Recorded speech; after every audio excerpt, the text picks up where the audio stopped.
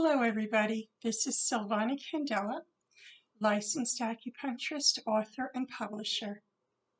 And my message for you, as always, is healing yourself to heal the world or to heal others. And today, like last time, I had another topic. But today, in light of things that are happening, I felt compelled to share about something else.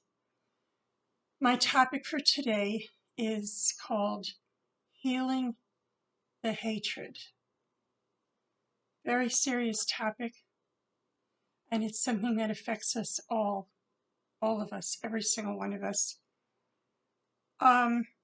What made me think I really need to say something about this is I heard in the media today, and this is about the Asian women who were killed recently, and in the hate crime violence, and somebody was saying that they didn't understand why there's so much more of this kind of thing today than there has been formerly. And then I realized this is why I have to say something. Because I don't agree with that. I think there is just as much, or always has been around, maybe even worse in days gone by. And I kind of think it was. The difference being that it wasn't acknowledged before. It wasn't reported on. It wasn't in your face, maybe. And it's actually, I think, a good thing that we are hearing about it now, that we're looking at it now, and that we're recognizing it as a terrible, terrible, serious problem now. It's a problem in many ways. And how it relates to our health and to healing is that we can't be healthy as individuals, as a society, as a nation, as a world, if hatred proliferates. It gets into our bodies, it gets into our bones, it gets into every part of our lives, health and otherwise. You can't separate the two, besides the fact that it's terribly, terribly, terribly wrong and hurtful to other human beings. And we have to acknowledge that. So I'm offering to you my own conception of what to do with this and how to handle this for ourselves, for each other. And the first thing is to acknowledge the existence of the hatred. And I think with everything that's coming out today in the media and, that we're hearing about constantly, we are acknowledging it. There may be denial. There may be people who don't want to hear or listen to any of this. But no matter, it is being acknowledged. The existence of it is being acknowledged. And that's why some think that there's more of it today, because it's being acknowledged. And that is very important. The next thing is to acknowledge that it needs to be released. Think of it as an infection that's under the surface. If you just close it up, if you just say, using these platitudes like, oh, forgive and forget, and all of these other, things that we say that are nice to hear. And yes, eventually we do have to forgive, but that's a process. And we're not there yet. You have to go from A to Z. I mean, from A to B to C, not A to Z. There's a whole process to get there. And that's what I'm sharing with you, is this process. Okay, so the forgiveness is way down at the end there. We're not there right now. We are not there yet. Some individuals may be, and that's good. That's great. But as a society, as a whole, we're just at the point where we're seeing the release, the eruption of the infection as it's come to the surface. Okay, so we need to acknowledge the release.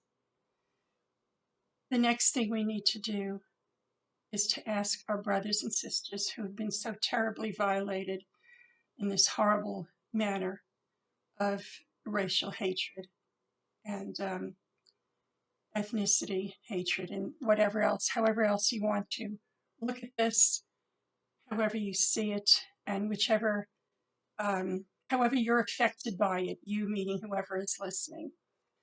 And we're all affected in one way or another, I believe.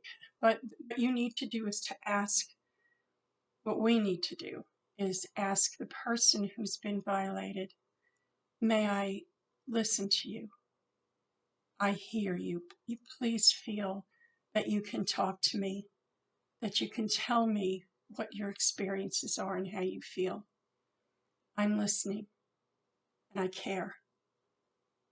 And more than that, I'm so very, very sorry for the trauma that you've been through, for the trauma that your people have been through, and that which you are going through. And this is what I need to acknowledge. Anybody who can, any one of you who can, say that to another person who's been affected by hatred of this kind. Just to listen and say, I'm so sorry that you're hurting. I am truly sorry. Listen and listen and listen. And then we say, what can I do? What can I do for you? Is there anything I can do? And sometimes just giving that person a voice is a very, very good beginning. And a discussion, and we need to have discussions in our community, in our schools, in our churches, in our homes, everywhere. We need to bring this forward and talk about it. And with that, hopefully, we will have a greater understanding of what this is.